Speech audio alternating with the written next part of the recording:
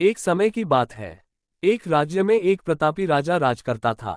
एक दिन उसके दरबार में एक विदेशी आगंतुक आया और उसने राजा को एक सुंदर पत्थर उपहार में दिया। राजा वह पत्थर देख बहुत प्रसन्न हुआ। उसने उस पत्थर से भगवान विष्णु की प्रतिमा का निर्माण कर उसे राज्य के मंदिर में स्थापित करने का निर्णय लिया और प्रतिमा निर्माण का कार्य राज्य के महामंत्री को सौंप दिया। महामंत्री गांव के सर्वश्रेष्ठ मूर्तिकार के पास गया और उसे वह पत्थर देते हुए बोला, महाराज, मंदिर में भगवान विष्णु की प्रतिमा स्थापित करना चाहते हैं। 7 दिवस के भीतर इस पत्थर से भगवान विष्णु की प्रतिमा तैयार कर राजमहल पहुंचा देना। इसके लिए तुम्हें 50 स्वर्ण मुद्राएं दी जाएंगी। 50 स्वर्ण मुद्राओं की बात सुनकर मूर्तिकार खुश हो गया और महामंत्री के जाने के उपरांत प्रतिमा का निर्माण कार्य प्रारंभ करने के उद्देश्य से अपने औजार निकाल लिए।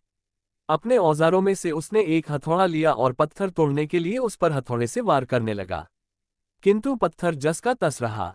मूर्तिकार ने हथौड़े के कई वार पत्थर पर किए, किंतु पत्थर नहीं टूटा। 50 बार प्रयास करने के उपरांत मूर्तिकार ने अंतिम बार प्रयास करने के उद्देश्य से हथौड़ा उठाया, किंतु ये सोचकर हथौड़े पर प्रहार करने के पूर्व ही उसने हाथ खींच लिया कि जब 50 बार वार करने से पत्थर नहीं टूटा तो अब क्या टूटेगा। वह पत्थर लेकर वापस महामंत्री के पास गया और उसे यह कह वापस कर आया कि इस पत्थर को तोड़ना नामुमकिन है, इसलिए इससे भगवान विष्णु की प्रतिमा नहीं बन सकती।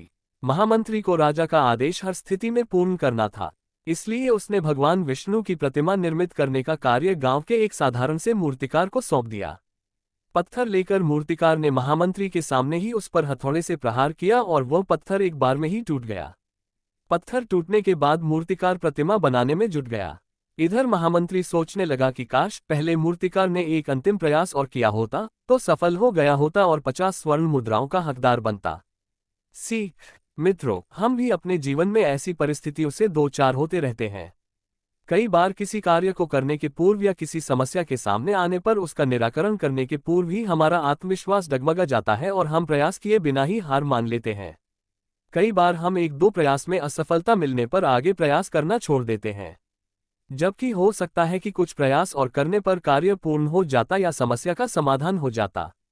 यदि जीवन में सफलता प्राप्त करनी है तो बार बार असफल होने पर भी तब तक प्रयास करना नहीं छोड़ना चाहिए जब तक सफलता नहीं मिल जाती।